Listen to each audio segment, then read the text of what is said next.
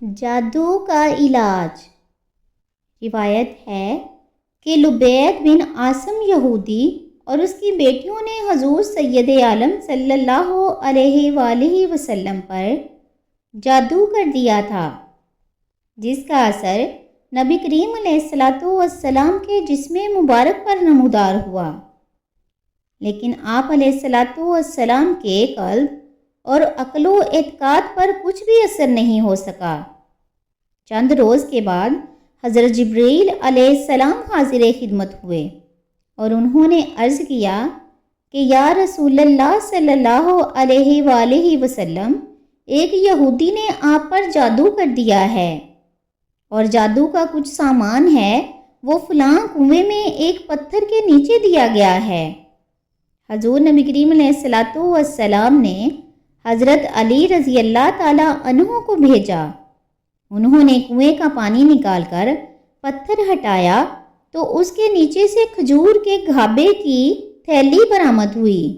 اس میں حضور نبی کریم صلی اللہ علیہ وآلہ وسلم کے منہ مبارک جو کہ کنگھی سے ٹوٹے تھے اور کنگھی کے ٹوٹے ہوئے کچھ دندانے اور ایک ڈرایا گمان کا چلہ جس میں 11 گریں لگی ہوئی تھیں اور ایک موم کا پتلا جس میں 11 سوئیاں چبھی تھیں، یہ سب سامان پتھر کے نیچے سے نکلا اور یہ سب سامان حضور نبی کریم علیہ السلام کی خدمت میں لایا گیا۔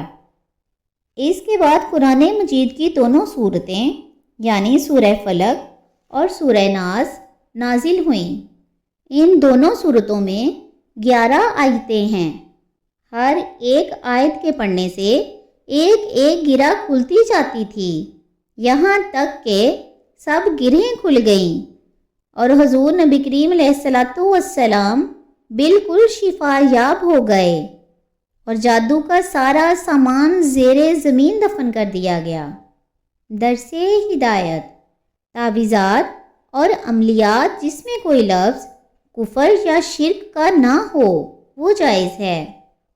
حضرت عائشہ صدیقہ رضی اللہ تعالیٰ عنہ فرماتی ہیں کہ جب حضور سید عالم صلی اللہ علیہ وآلہ وسلم کے گھر والوں میں سے کوئی بیمار ہوتا تو آپ صلی اللہ علیہ وآلہ وسلم ان دونوں صورتوں کو پڑھ کر اس پر دم فرماتے تھے، اور بخاری و مسلم کی حدیث میں ہے کہ حضور نبی کریم علیہ السلام رات کو جب بستر مبارک پر تشریف لاتے تو اپنے دونوں ہاتھوں کو جمع فرما کر سورہ اخلاص، سورہ فلق اور سورہ ناس پڑھ کر ہاتھوں پر دم فرمایا کرتے اور اپنے سر سے پاؤں تک پورے جسم مبارک پر اپنے ہاتھوں کو پھرایا کرتے تھے جہاں تک دستے مبارک پہنچ سکتے۔ یہ عمل 3 مرتبہ فرماتے۔ اس سے پتہ چلتا ہے کہ قرآن پاک کی آیات اور اسم الہی پڑھ کر پھونکنا شفا یابی کا باعث ہے اور ایسا کرنا جائز ہے۔ خلاصہ یہ ہے کہ سورہ فلق، سورہ ناس یہ دونوں صورتیں جنوں، شیاطین اور نظر بد اور آسیب اور تمام امراض خصوصاً جادو ٹونے کا مجرب علاج ہیں۔ ان کو لکھ کر تعویذ بنائیں اور گلے میں پہنائیں اور ان کو بار بار پڑھ کر مریض پر دم کریں اور کھانے، پانی اور دعاؤں پر پڑھ کر پھونک ماریں اور مریض کو کھلائیں پلائیں۔ انشاءاللہ تعالی ہر مرض خصوصاً جادو ٹونا رفع ہو جائے گا اور مریض شفا یاب ہو جائے گا۔ اس طرح قرآن مجید کی دوسری تمام صورتوں کے خصوصی خواص ہیں، لہذا قرآن مجید کی آیات سے استفادہ حاصل کرنا چاہیے، اس سے خود بھی فائدہ لینا چاہیے اور دوسروں کو بھی فائدہ پہنچانا چاہیے۔ حدیث شریف میں ہے خیر الناس من ینفع الناس، یعنی بہترین آدمی وہ ہے جو لوگوں کو نفع پہنچائے۔ سورہ فلق ترجمہ۔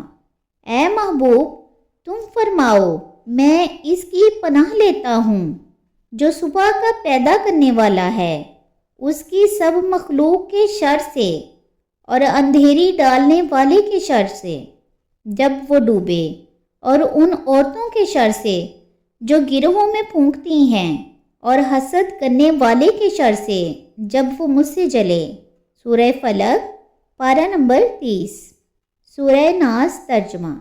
اے محبوب تم فرماؤ میں اس کی پناہ لیتا ہوں جو سب لوگوں کا رب، سب لوگوں کا بادشاہ، سب لوگوں کا خدا ہے، اس کے شر سے جو دل میں برے خیالات ڈال کر دبک رہے، وہ شیاطین جو لوگوں کے دلوں میں وسوسے ڈالتے ہیں، کچھ جن ہیں اور کچھ انسان ہیں۔ سورہ ناس پارہ نمبر 30۔